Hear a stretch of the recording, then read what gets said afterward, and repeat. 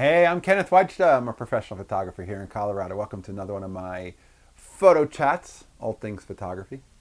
So today I want to talk about, if you're looking for inspiration, stop looking, go work, get to work. Inspiration happens, but it has to find you already working. And if you're not sure what to go photograph, I have a suggestion. Make some boring photos. Really, go make boring photos. Because Eggleston's photos in 1970 were boring. And Stephen Shore's photographs in 1970 were boring.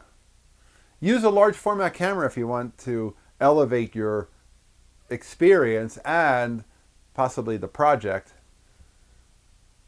but make some boring photos and then put those away, because time makes photographs valuable.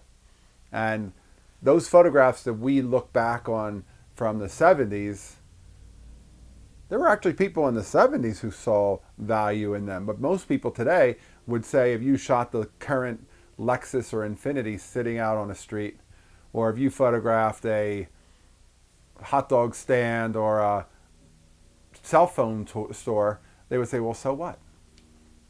But some of it is you have to go out and make those boring photos, because that hot dog stand may not be there next week, and the cell phone store may not be there next month. Things are changing. Things are always changing. And it's up to us as photographers to be the visionaries, to see what is worth taking another look at in 40 years that we can take a look at now. What is it that we can make a photograph of that's going to disappear? And we can be the authority that says, okay, I'll make sure I document this thing because it's going to go away. Everything changes. There aren't video stores anymore. You can't go back and make more video store pictures. There aren't typewriter stores. There aren't a lot of places selling the kinds of things that a lot of us grew up with. And it changes. I wish I could go back in time and photograph inside of a typewriter display store and see the way they display typewriters, because I don't remember seeing them. In fact, I remember going to the local department store, the Kmart, and I remember walking around, and I loved as a kid to go play with the stereos and the radios and all of those kinds of things. But they had a small camera department, but it was always, things in boxes or behind glass. And I never remember seeing typewriters. And I wonder if they were mostly sold through the catalogs, and they were mostly sold at office supply stores and business machine stores more than at the local department store. Although I know Kmart did brand some Smith Corona typewriters, but I just don't remember seeing any. I don't remember ever walking into a store and seeing a display of typewriters. I've certainly seen displays of cameras in camera stores, and office supply stores now tend to be more computer stores, it feels. But everything changes. Go photograph the office supply store, because that's not going to be the same in 40 years.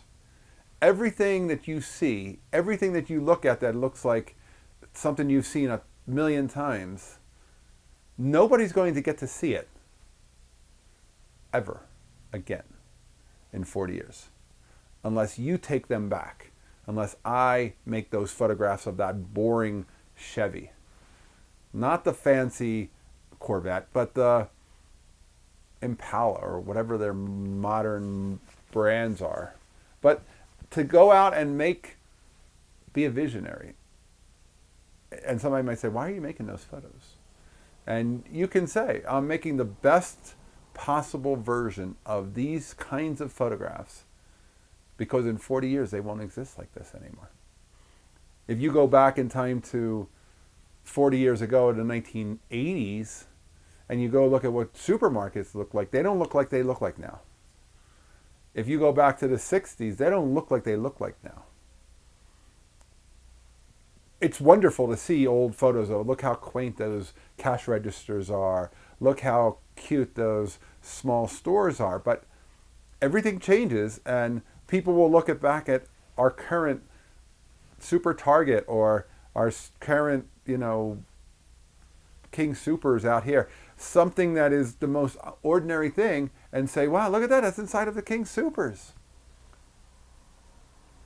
Time makes photos so much more valuable, and it's really hard when photographers only see, I want to shoot great things in great light, doing great things with it. And it's like, okay, but if you're shooting a sunset, is anybody really responding to you, or are they just responding to the sunset? If you end up shooting a supermodel, are people responding to your photograph of it, or is it just the supermodel? It takes a vision to go and create bold pictures out of things that appear not photographable or mundane. But that's our job, to make boring photos. They won't be boring forever, but it takes a really strong vision to go out and pursue it and make it and actually create those photographs. So go make some. All right, that's today's photography talk. If you're enjoying these, hit the subscribe button. If you can support, hit the Patreon. I'll be back next time. We'll talk more photography. As always, here's the good light.